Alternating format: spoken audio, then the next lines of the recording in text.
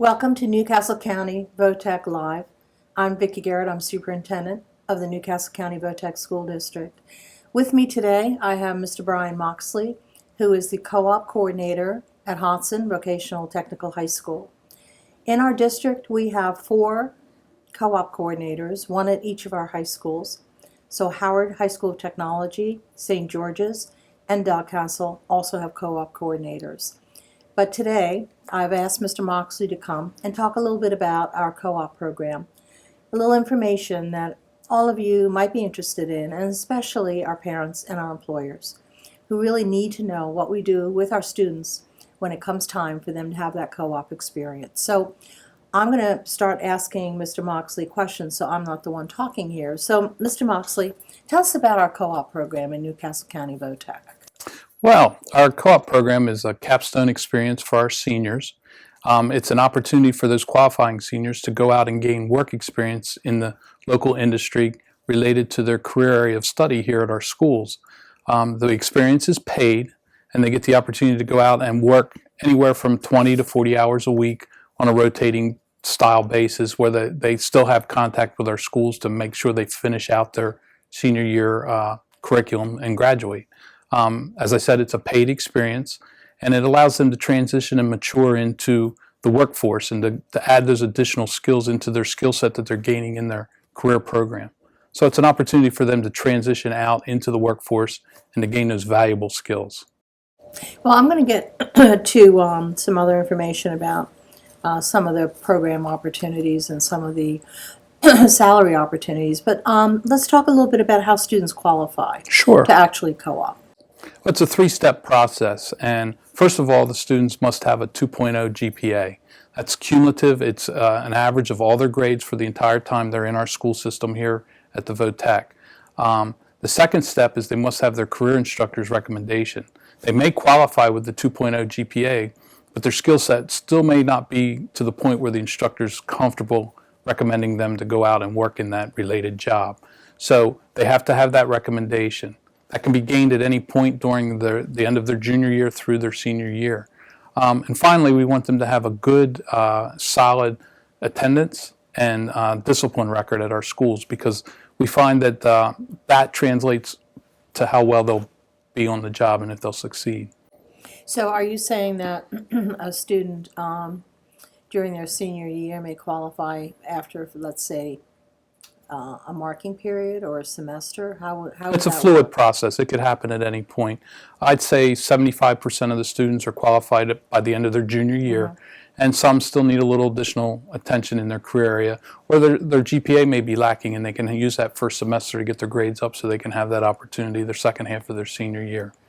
And tell us a little bit about how that works, because I know that we've changed a little bit in the last couple of years on the schedule that the student might have for the co-op experience.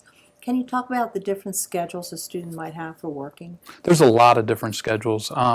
The career areas that are traditional construction areas, our automotive careers, they're typically 2-week about. They spend 2 weeks on the job full-time and 2 weeks in school gaining those academic classes that they need to graduate. The other schedules are very fluid. They could be anything from 1 to 5 days a week, and it could be at any time during the school day. We actually had a couple students last year that completed all their coursework for a semester and were able to work full-time their second semester. So it varies by student and by opportunity and where they are in that final year of their curriculum. Well, let's go a little further. Sure. Talk a little bit about then. Here we have some young people who have that co-op opportunity, and they also have a chance to continue that, I guess, once they graduate and may want to go on to some post-secondary opportunities. Talk about how that might work for some students. There's some of our students are doing dual enrollment during their senior year and co-oping. A lot of our seniors, once they graduate, will serve their apprenticeship if it's an apprenticeship trade. Most of our students in those skilled trades have the opportunity to test out of their first year of apprenticeship. Al Schrum, our director of our adult ed program, was just in our school this week speaking to the seniors about that opportunity. That allows them to shorten that process from 4 years to 3 years in most cases. They then only have to attend school 3 additional years in the evening. And a lot of our students will go on to post-secondary school, both at Del Tech through the SEED program. Some of them will go on to a 4-year program in the universities and colleges in the area, and will typically take a program similar to what they've been studying in our schools. And on top of that, they can help pay for some of their expenses. Yes, we have a few students that will land with an employer that will help them through that process and go to school part-time and work part-time, and it may take them a little longer to achieve their degree, Right. but they have the means to pay for that diploma, which is saving them a lot of money. Yes, considering what the cost of colleges are today, Yes. it's a huge benefit. Let's talk a little about, we went through, it's been a number of years, but I think we're still suffering a little bit with job opportunities. But how have you seen things change over the last 2 to 3 years? Because we went through, of course, the recession, a pretty bad recession. How are things changing for job opportunities for our students today? Well, the job market's on an upswing. The last 3 years I've seen a market increase in the job opportunities for our students.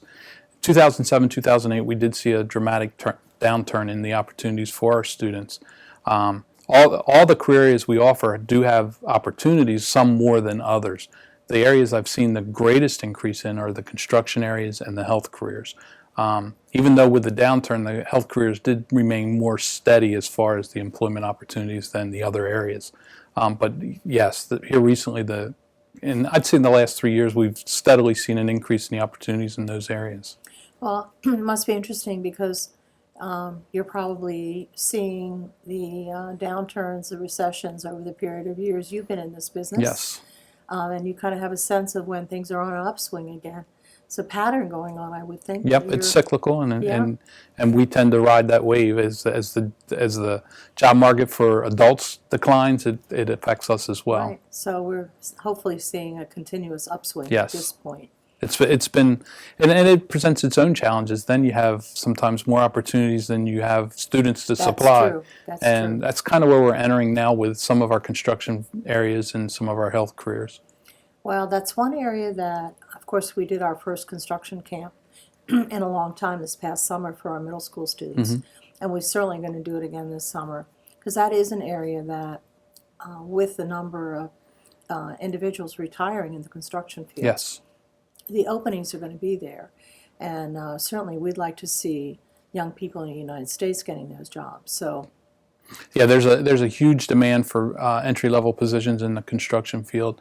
As you said, the workforce is getting older. The average age is probably 47 in the construction field, and those are jobs that can't be exported to other countries to be taken care of. People have got to come to your house to fix your air conditioner and your heater and electrical appliances and things like that. That all has to be done there. It can't be exported out.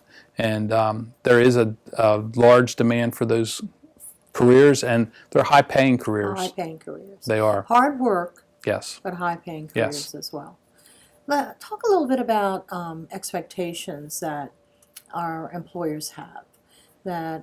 What are they wanting to see on the part of our students when they're coming into their workforce? The first thing we want more than anything is a student that's going to be reliable, someone that's going to show up every day and on time. And I think our schools do a great job. I think our district has a great policy about drilling that employability skill home. We have a high attendance rate. I think our attendance rate district-wide is about 96, 97%, and employers love hearing that. More than anything, they want them there on time and every day. Secondly, they understand that they pretty much understand the skill set that our students are coming out with. They understand that. They want the students to take ownership in what they're doing, have some initiative, and want to show that they're wanting to work and willing to work. And then they want to see that they want to grow that skill set by asking questions and being a sponge out there, growing and trying to gain as much knowledge as they can, and they want to give it to them. They're anxious to get those kids and keep them there and help them grow. Right. When employers find a good employee, they want to make sure they're holding on to that Yes. employee. Well, tell us a little bit about what we do as a district to help prepare students for what the soft skills are that employers look for. And maybe you can kind of define the soft skills, and talk a little bit about what we do as a school district to help those students with those soft skills. Well, most of our career areas will spend some time helping students write their resumes. I know the co-op coordinators go through some interview skills such as eye contact, proper dress, something as simple as a handshake. Most students have never done that. They don't know how to greet a person, how to introduce themselves. So we work on those things. We always stress the attendance side of it because that'll be the first thing that'll cost them their job. One of the things that I think we've done recently in some of our schools is we've changed our cell phone policy. There's a big technological change that we're having a hard time keeping up with, and cell phones are a big issue with teenagers. And prior, it was a no cell phone policy in our schools, and I think we weren't teaching the students proper use of them.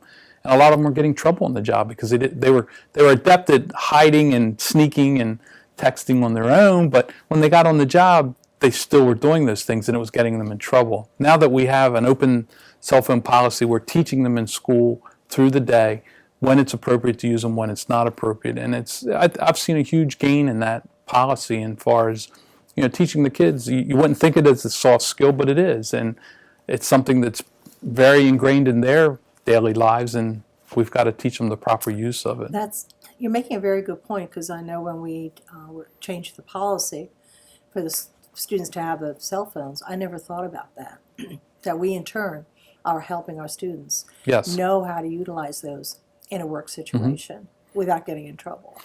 And that's a great point. Going back to the soft skills, I think we also do a lot of team projects in our classes, and I think that helps the students adjust to that system, because that's a system that they're going to work in almost all of their careers out there. Very few places are you working as an individual on an island by yourself. You have to work with other individuals, and it's important to learn how to work in that atmosphere. And I think the way we've fashioned our curriculum, it makes it work well for the students in school, and they have that easier transition once they go out into the workforce. Well stated on that. So let me have you talk about some of the programs. We have 40 programs in the district. What are some of the programs that really are high profile, meaning where the jobs are available? I think it's important for our audience to know. What are the ones where employers are truly seeking students in specific training areas? So what would they be? Well, right now, based on your experience. Right now, there's a high demand in the construction field. Carpentry, the last 2 years I've had 100% placement, and I'm getting calls almost daily looking for more students in that area. Plumbing, millwright, our health careers, nursing. Can I stop you a second? Sure. What is millwright? Millwright is the mechanical trades of manufacturing things out of metal, whether it be welding, fabricating, sheet metal. If you think about any business, there's an infrastructure that allows that business to run, and you have to have mechanics to keep that infrastructure running, whether it's the boiler in the basement, it's the air conditioner on the roof. You do have specific trades, but you also have trades that keep the mechanical systems of those running. Your manufacturing plants have conveyor systems and pumps and gears and things that the millwright, that's what they do. They keep that system running. And we only have it in one building, and it's a very popular trade as far as in demand for students. Even in the downturn, it was a program that we had great success with. I think our medical field, as the population's getting older, there's more need for medical people, and our CNA and nurse tech programs, I think, are in high demand. Our dental programs are in high demand. And some of the new emerging fields that we've added, CNAP, health information. CNAP is? Computer network programming, where the students will actually maintain systems in the building to keep the internet going, basically, and the data systems going in the buildings, and keeping the computers up to date with the current software and stuff like that. And the programs are emerging, but I see a growth in that industry. Health information technology, where whenever a person goes to a doctor, that information has to be keyed in for insurance companies to be billed and paid, and that's an emerging program that seems to be gaining popularity. But yeah, I think the construction areas, though, because of the turnaround in the economy, the aging workforce, I see a huge demand in those areas just because of that. Well, I want to thank you for the information. Mm-hmm. You've had, I will not say how many years of experience in the district, but A many lot. years. And you also were a graduate of Dalcastle Technical Yes, High School I as was. well. So you Very are, passionate about you it. are a true vocational technical person with your background. And I think you also, you taught technical drafting Yes, when you were an instructor here in our school district did. before you moved on to co-op employer. So I want to thank you because you have a very strong knowledge base.